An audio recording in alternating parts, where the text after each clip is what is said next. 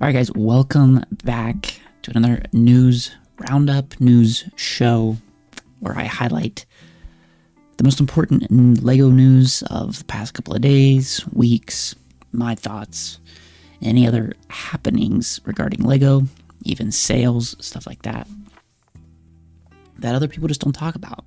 You might get the news, the set number, price, stuff like that, but I want to give context to the news so that you can understand it better, think of it and perceive it in a different way, maybe.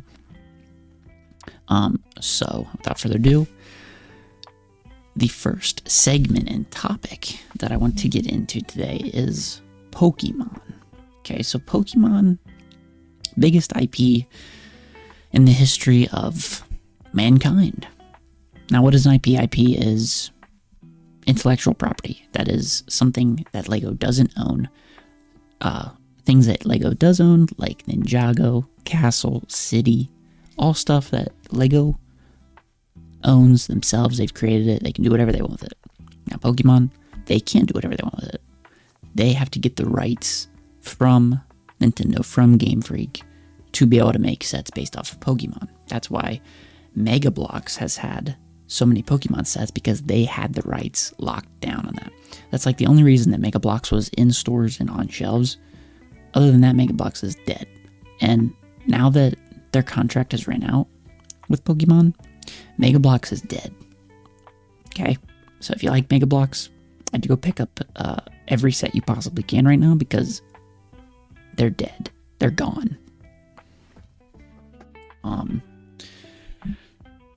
Now, LEGO and Pokemon's contract and merger begins in 2026. It's been announced. LEGO announced it with the little Pikachu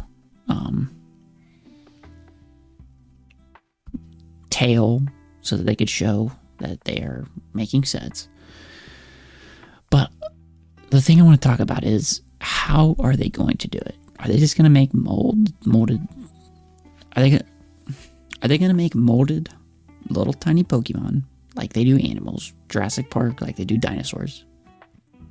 Or are they going to do what Mega Bloks always does and just makes a big Pikachu, make a big Charizard, make bigger animals that are brick built, different Pokemon that are brick built? Because Mega Bloks never made characters, minifigures, anything like that from the Pokemon anime series or anything like that. So I want to discuss and give my thoughts on how LEGO could do better than Mega Bloks, because they obviously are going to do better than Mega Bloks. Mega Bloks is a knockoff of LEGO, essentially. But I think the thing that we need to look at, and that I've figured out, basically, is how big of a correlation Harry Potter and Pokemon have in common, and how LEGO is going to do with Pokemon what they do with Harry Potter. Because Harry Potter, they've had the rights to for many, many years. They just keep remaking Hogwarts Castle in different modular pieces. Like, they'll make the tower, they'll make the eating hall, they'll make the greenhouse place, and all these different pieces separately throughout the years, couple years. And then by the end of it, you have a modular castle that you can put together. Now, they do make a large castle that is already one piece, but it doesn't have the play features. It's more of a display for the outside rather than the interior. That's what LEGO currently does with Harry Potter. And just to start off, what is the main thing that there is for Pokemon? What's the main thing? Well, for one, Pokemon, yes. But the Pokeball. Okay, so how is LEGO going to do Pokeball? Are they just going to put studs? Are they just going to put a white and red stud on each other and put it in a minifigure hand and that's going to be the Pokeball? Like, I don't think so. I don't think so. Now, I've been doing research, and I've figured out what they're going to do with it. And I want to show you right now. Let me pull up an image here.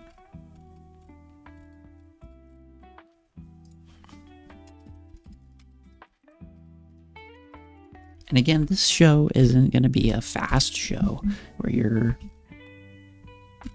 getting news and information like this. There's plenty of channels out there that can give you that information.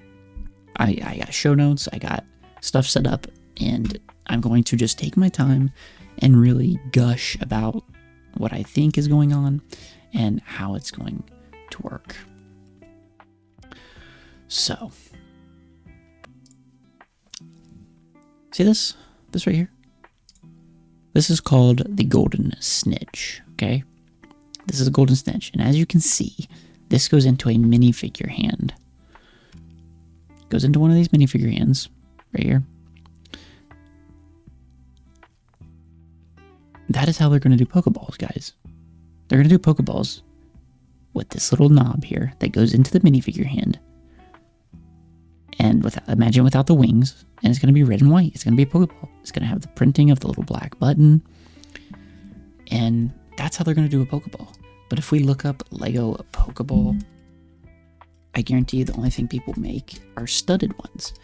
So, I mean, okay, obviously these are big Pokeballs. That's not really what I'm going for here, but you get the idea. It's not going to be studs. It's going to be a molded item like this that goes into a minifigure hand, perfect size. It's going to be perfect for Pokemon. So there's one thing that I've figured out. It's how they're going to do Pokeballs. Now, the next thing I have is, how are we going to do Pokemon? Are they going to be brick built? And are we even going to have minifigure scaled sets? Are these going to be all display sets? That's the question I've asked myself. And I figured out how it's going to be done. And I want to explain it to you. So, you obviously have Jurassic Park. Lego is partnered with Jurassic Park. We got a lot of molded dinosaurs. It's one of the things that makes the sets so expensive, is the molded dinosaurs. But how will Lego do Pokemon when there's so many different Pokemon? There's about 900 or some different Pokemon now. Different varying sizes. With Jurassic Park, we can make a ton of raptor molds, a ton of T-Rex molds, whatever it may be, and put them in all different sets.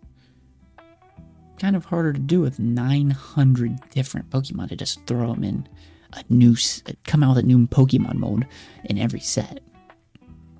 And not only that, multiple different Pokemon, because it's not like we're just going to have one Pokemon. I mean, the future of Lego and Pokemon is very bright. I think this is a huge change for Lego. I think this is going to set Lego on a course of unimaginable growth because of how popular Pokemon is for each generation. That's the whole thing of Pokemon, is each generation comes into Pokemon and they have a new story, a new world, new set of games that each generation has. Like my generation, yellow, red, blue. The next generation, gold, silver. Next generation, emerald, sapphire, ruby. Okay?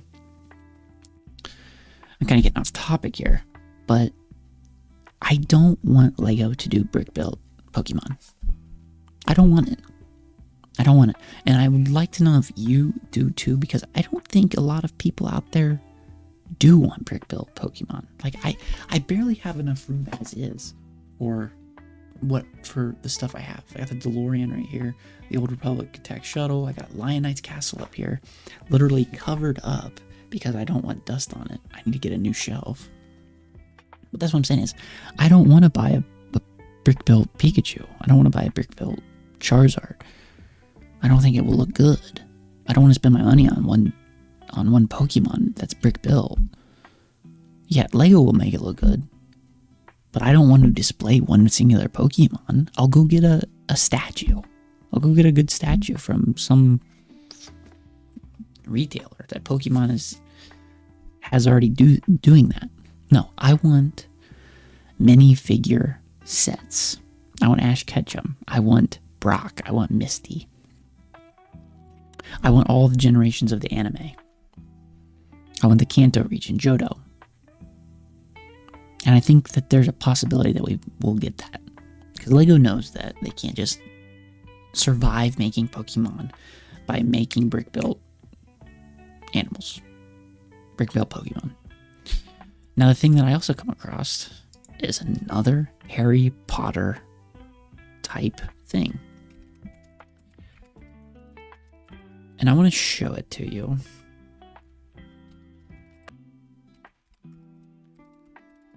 Right now.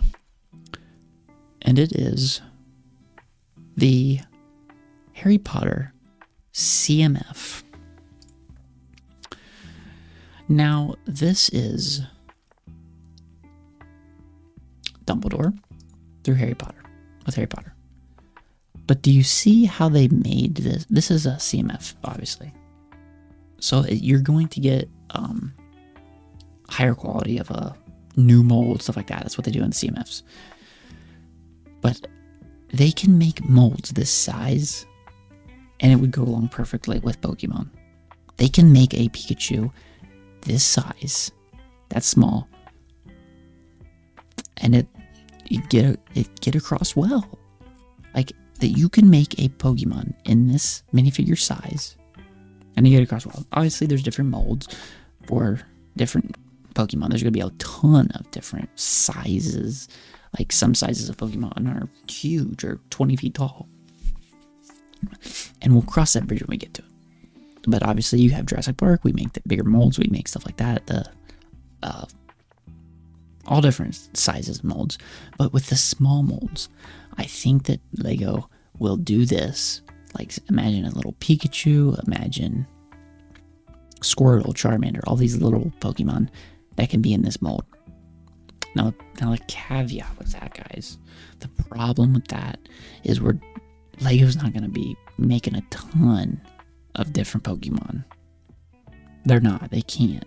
It's not profitable enough. They could, but I very highly doubt that they will. So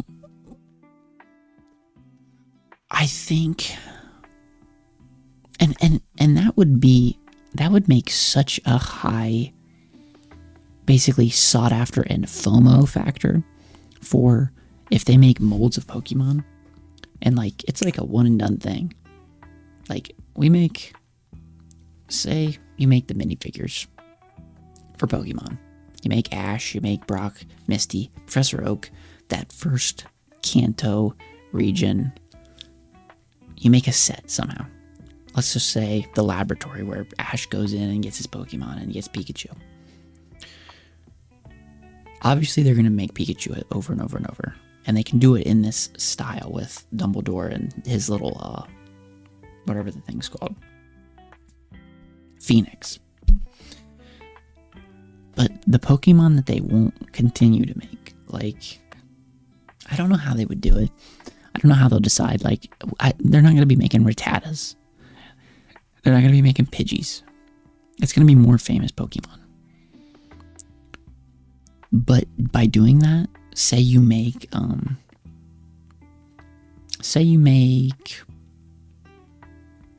Sandshrew or something, or a Geodude, or any of those original Pokemon, and it's like a one and done thing. Like, it's in that set, and then once that set retires, we're not doing that mold again. That would make those prices really cool, and it would make you have FOMO of like, oh my gosh, that's a Pokemon that I want in my collection. I gotta have the set, no matter what the price is, because like that they're probably not gonna do that mold again. That would get people to freaking buy it, because it probably would make me buy it if it's a Pokemon that I really want, like say a Mew, like legendary Pokemon. And then then Pokemon or Lego has people collecting it for these individual little Pokemon molds that they can then display in any way that they want. Basically, I mean, the premise of Pokemon is to catch them all.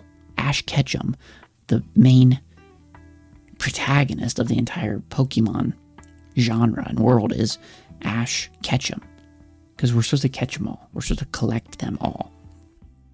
That is what is so fun about Pokemon. So, I mean, that's one way I think they could do it. I think that's probably what they'll do. If they just do, guys, if they just do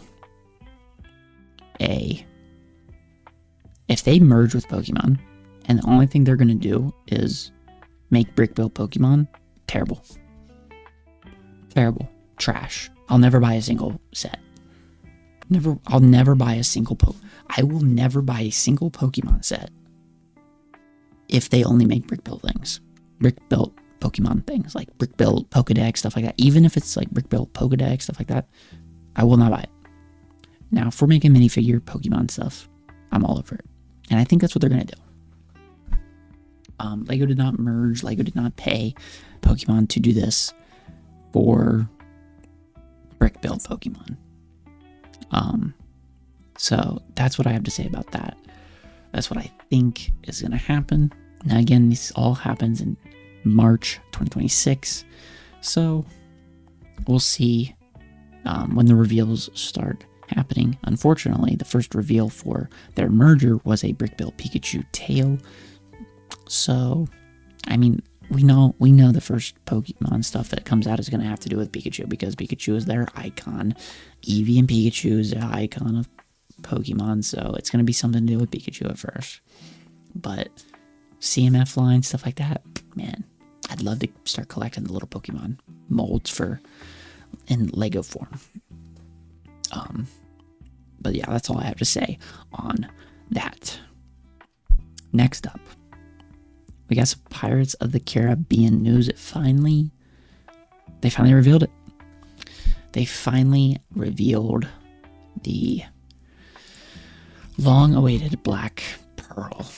Now, $380, coming on September 15th. This thing is pretty big, let me tell you. 25 inches. I mean, look how big this thing is. Guys, this thing is huge. It is huge. Look at the thing. Guys, there's no room in this person's house for this. This thing's not going to fit anywhere. This thing's not going to fit on this shelf anywhere. Look at this thing, guys. And I think I've finally realized that just because I want a set bad, it depends on what the size is, because I don't think I'm getting this, guys. And I'm a huge Pirates of the Caribbean fan. I'm a huge pirate fan. I'm not getting this. It's too big. It's too big. I don't want this. I have nowhere to display it. I barely have room for the Daily Bugle. I barely have room for the Lion Knight's Castle. This thing's 25 inches by 25 inches, guys.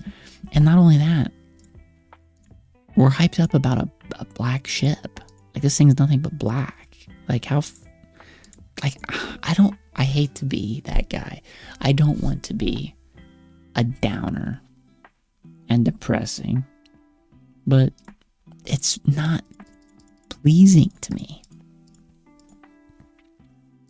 Now, again, we're probably going to get more pirate sets after this. Okay, that's the whole point. This is like the Lord of the Rings take that they're doing with Pirates of the Caribbean. They released Rivendell, then a year later they released Brad-Dur, then a year later the Shire. That's what's going to happen with Pirates of the Caribbean. They released the Black Pearl, then they're going to release the Flying Dutchman, then they're going to release Queen Anne's Revenge, and so on until we get to the new Pirates of the Caribbean movie. Because that's why Disney did this, is it's synergy. It's to get the Pirates of the Caribbean name back in the zeitgeist. But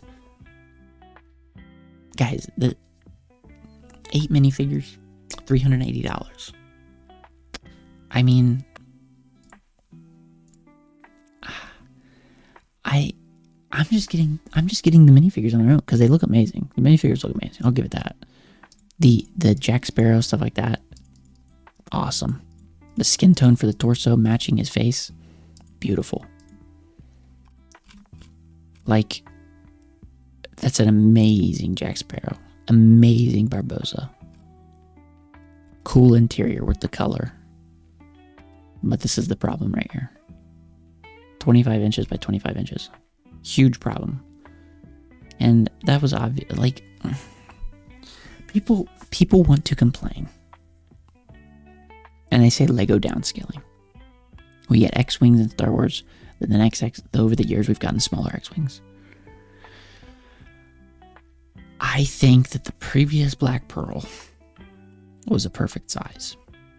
Because oh man. And the only reason that I want to get this is because of the possible future for Pirates of the Caribbean, the Flying Dutchman, because I know that they're going to make the Flying Dutchman, and they're going to make it in the exact same scale size as this Black Pearl, so that they go together very well. And that will look awesome probably somewhere on the shelf if you can figure out how to display it.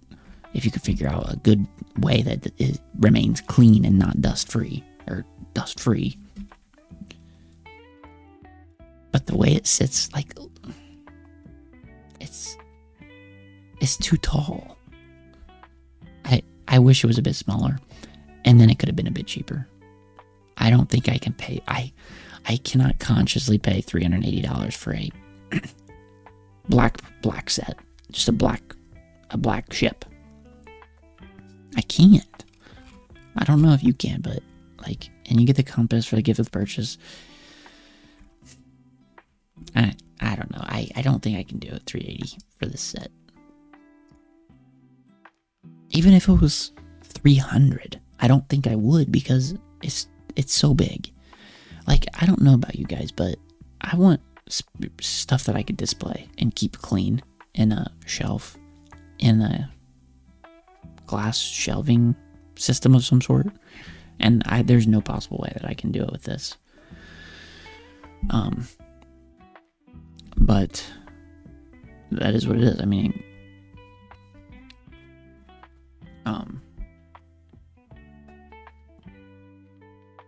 you guys might think differently. Might think I'm an idiot, but I cannot consciously pull the trigger on a $380 set that I can't even display properly. So that's what I have to say on the Pirates of the Caribbean Black Pearl set. And the next thing, actually, one other thing I have to say about it.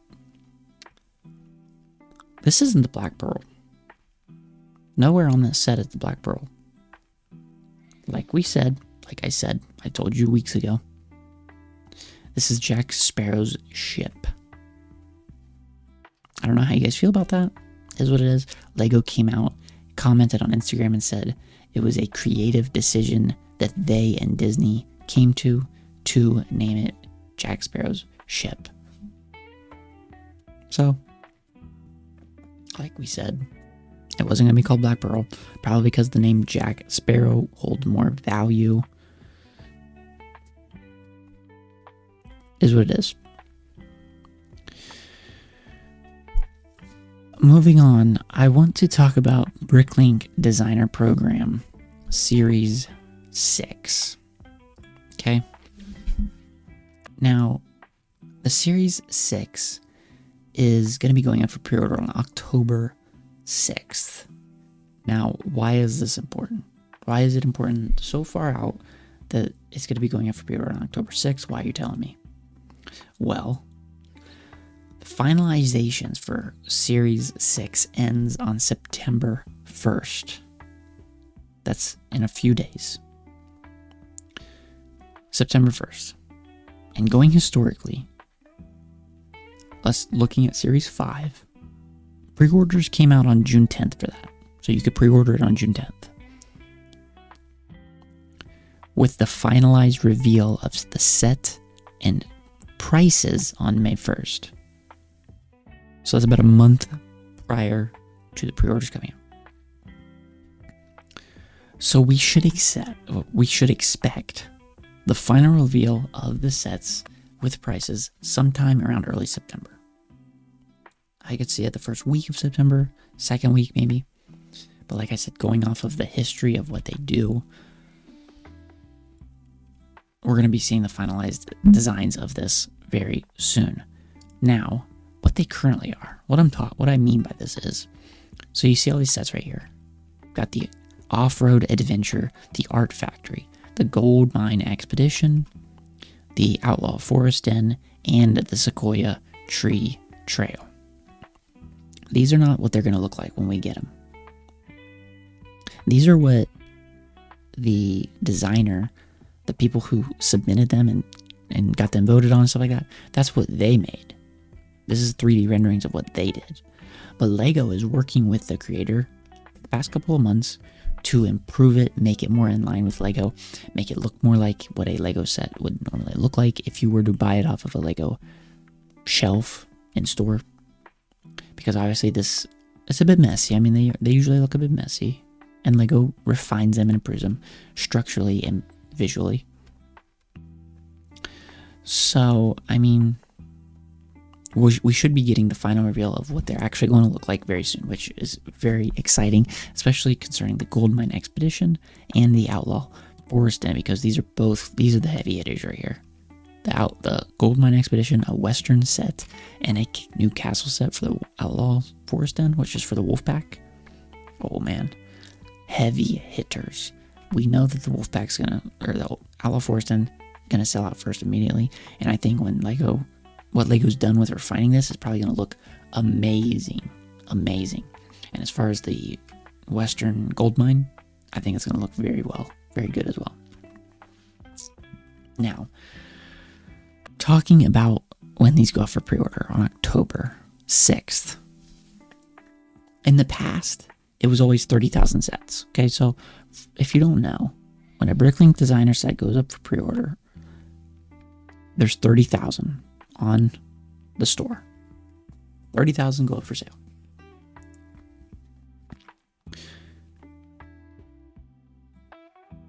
In Series 5, it was the first time none of the sets sold out. It's crazy to think of because there was a castle. Usually the castle themed sets always sell out. Then here's the Series 5. You had Thieves of Tortuga, Mushroom Village, Antique Shop, Adventure in Transylvania, which was the quote-unquote castle set, which I wasn't a fan of. I think the Thieves of Tortuga is 100% the best set in this series, if not a top 10 set of all time. That's a video for another time. The Thieves of Tortuga, top 10 set of all time, possibly top 3. And the Popcorn Wagon. None of these sets sold out, and it's the first time in Bricklink history that none of these sets sold out. Do you want to know why? Because there's a very good reason for why none of these sets sold out. No one wanted them. Okay, there's a very good reason why no one wanted these sets. It was because LEGO did something very different. They dynamically raised the amount of these sets that were available. So when these went up for sale, just going to give you a little history lesson here because I was a part of it. I saw it happen live. All these Series 5 sets went up for sale with the normal 30,000 mark threshold. Once they get to 30,000, that's it. You can't even get one. There's no getting one. You got to get it off the aftermarket with an increased price. But the Adventure in Transylvania and Thieves of Tortuga hit 30K. Actually, the Thieves of Tortuga didn't hit 30K. The Adventure in Transylvania hit 30K very quickly, and LEGO increased the threshold to 40,000. Okay? They increased the threshold to 40,000. So they went from saying, okay, guys, we're making 30,000, that's it. It hit it so fast that they raised it to 40. And not only that, Thieves of Tortuga looked like it was going to hit 30 very fast as well. They raised it to 40 as well. So we're going over the next couple of days, because this goes on for a couple of days. The pre-orders goes on for a couple of days. These 3 sets are doing what they do. They're barely getting to 10,000, kind of fluctuating a little bit. The next day, Adventure in Transylvania hits 40,000. LEGO increases it again to 50,000 sets made for a Bricklink Designer Program set. Now that is what I mean by dynamically raising the amounts. They were seeing the sales, they were raising them while people were pre-ordering it, which I think is good. I mean, if they should be making as many, I don't even think there should be a limit, honestly. They should just make however many people pre-order. Now again, Thieves of Tortuga didn't end up hitting the 30,000 threshold, so it was needless for them to raise it to 40,000. I got the numbers here. Thieves of Tortuga hit 29,000 by the end of the run, and Adventure in Transylvania only increased a little more than 40,000. It hit 43,000. Mushroom Village came in at 13,000. The Antique Shop came in at 11,000, and the Popcorn Wagon was the 3rd best selling set at 23,000. The Antique Shop somehow was the last selling one, and I think it's probably the 3rd best out of the series, but I digress. Thieves of Tortuga, beautiful, amazing set. Tons of hidden details in it. There's some hidden stuff, fun stuff in this, but there's so much lore building and story building in the Thieves of Tortuga set. It's unbelievable. Krakenator, well done. Good job. You did an amazing job by building a LEGO set that has story, character, color, and life throughout it. So, with that being said, why am I talking about this? Well, looking at Series 6, we can probably expect they're going to do the same thing with this. They're going to raise Outlaw Forest and Goldmine Expedition when these sets basically come out. Now that's going to happen in October again. So here's a little rundown of what they do. Refining the finalist designs happened from December of last year till September 1st, 2025. They work with the model, governance, and the building instruction teams and making any final necessary adjustments before locking in the design for pre-production. And like I said, this ends September 1st. So when they end it, like, they're ready to essentially reveal it. So we're going to be getting that very soon of what these sets are actually going to look like. And man, I'm excited for this, to see this Outlaw Den, what the official look is going to be, because I am so excited for that, man. This set's going to look so amazing. So good next to a Lionized Castle or something.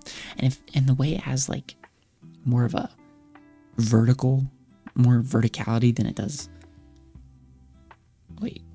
More verticality than it does horizontal. Love that. And like the logs and stuff, LEGO's gonna do so amazing with this. Like all of this is gonna look so much better. All this rock work, so much better. I'm excited. But then crowdfunding begins in October. All sets that receive over 3,000 pre-orders will be produced. I don't think a Bricklink set has ever not hit 3,000, but that's a caveat. If a set doesn't hit 3,000, it doesn't get made. And then next March is when they will be being sent out. So it's a 6-month turnaround from pre-order to being sent out. So, I mean, that's exciting. Some fun stuff going on with LEGO.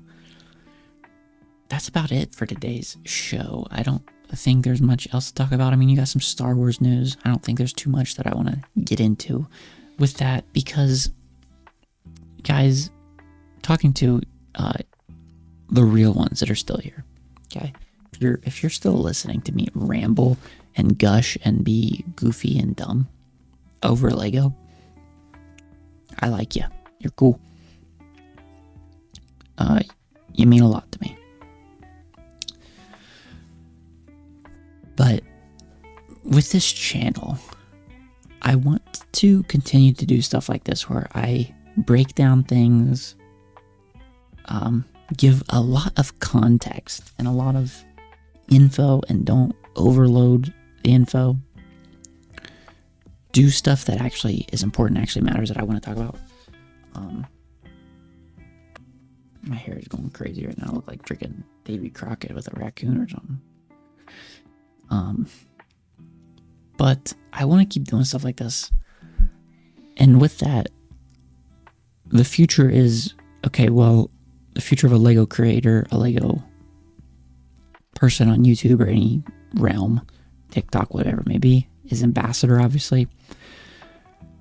And with that comes the challenge of dealing with leaks, rumors. So I just want to be honest with you.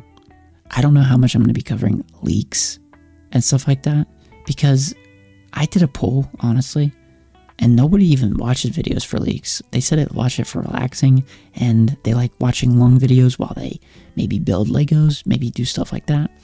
So, I mean, I want to give something, I want to create something where you're sitting here watching in the background. Maybe you're not even listening, but it's just something playing in the background about Lego, the realm of Lego, someone gushing about Lego while you're building your Legos, playing, whatever it may be.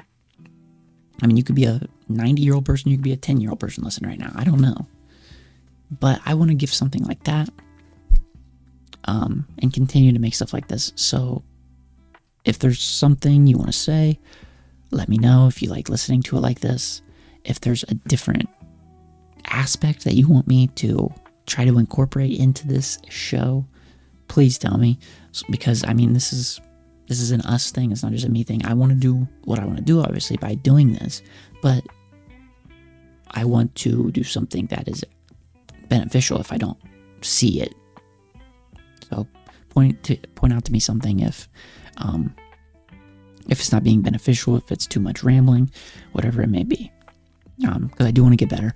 I want to keep doing stuff like this. I want to hopefully one day get to the Lego Ambassador level, essentially, because then we can do even cooler stuff, because then we can get to Lego and tell them, yes, this is the stuff we want, like with Castle, like with Pirates, like with medieval sets. Because I think too many people in the Lego community right now, they don't understand the business side, they don't understand the consumer side. You have to meet in the middle. The people who say, oh, I don't know why Lego doesn't make castle sets and put them on shelves, and castle themes and put them on shelves. You're not understanding the business side of it. Yes, it would sell good for 1 year. It's not going to sell good year after year. It's going to come back for a year, maybe two, probably two. By the third year, no one's buying them. That just is what it is. Like, I promise you that that's what would happen. I understand what you might think in your mind, but that's what would happen. Like, it'd come back, and then it'd die. People would get so excited that it came back, and then it would die. And then guess what? We're back in the same boat. So, by me wanting to be a Lego ambassador, I obviously wouldn't be able to cover leaks, stuff like that. But I could still talk about rumors, news, stuff like that, because there's really no Lego ambassadors that discuss news and stuff like this, and no real Lego ambassadors that are Castle, medieval fans and stuff like that. So I want to be basically like the first one. And then I can basically get to Lego, have a communication line with Lego, so that we can discuss how basically we could get Lego stuff. Because like the new battle pack stuff that just came out for Pick a Brick, I think that's a step in the right direction, where you can just order packs that are pre-built. But obviously there's a lot wrong with that. I went over it in my video. There's no discount, no stuff like that. I think there's so many different things Lego could do to bring back the medieval castle pirate stuff, and it not be a theme-based thing where it's just going to die in 2 years. I've went over this in my head so many times, and I think there's a lot of good ideas from you guys out there, because I've heard them in the comments. And that's another video where I can just gush about all the ideas we could come up with. But we obviously have to be real. Lego's in this for business. They're not doing it because they want us to have fun and what we want. Yeah, sometimes those coincide, where what we want to have fun with and stuff is the best business decision.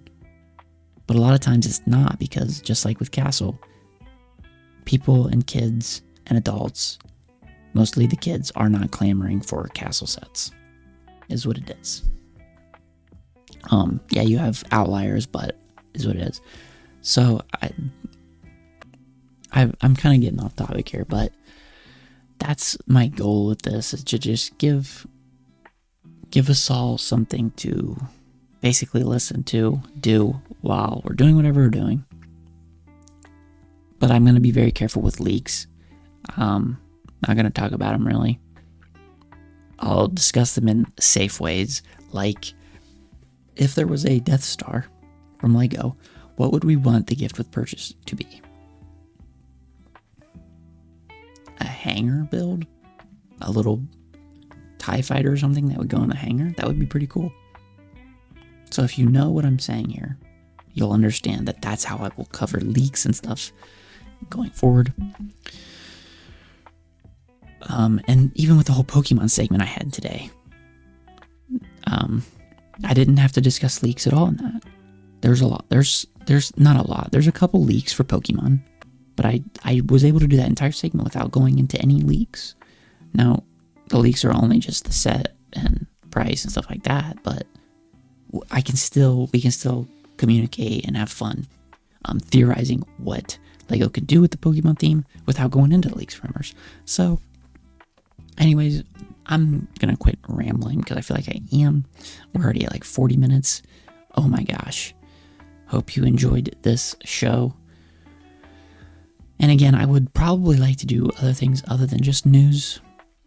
Maybe talk about what my theories are and how Lego could bring back the medieval themes, because I got so many and I can get so many from you guys. Put it all in one video. Even discuss them with basically like a guest. And talk about it and have fun. Because there's not a lot of people out there that do this type of show. You get a couple Lego podcasts out there, but they're really just, maybe you just have it just about Star Wars. Some people just do it about other weird things, but regardless, this is the show. Okay. I was about to do a Seinfeld quote there, but I don't think any of you would probably get it. But with that, I'm gonna get on out of here. Hope you enjoyed the show. Hope you didn't want to blow your head off while you were listening to that ramblingness and all that. Because yeah, like I have a job, guys. I work in the real world, and I come home and talk about Lego. So it's late at night right now. That's why my voice is more quieter. So if you think I'm talking whispering, sorry. I'm doing what I can, okay? Doing what I can. So, I'm gonna get out of here. Quit wasting your time. So, yeah, get out of here. See you in the next one. Whatever it is, whatever we do. If you're here, cool. If you made it to the end of this video, please, you have to comment, okay? Comment something. You just comment that you made it to the end of the video, because I will be astonished if someone made it to the end of this 43-minute video of me just rambling and saying stupid stuff about Lego. Gotcha. See ya.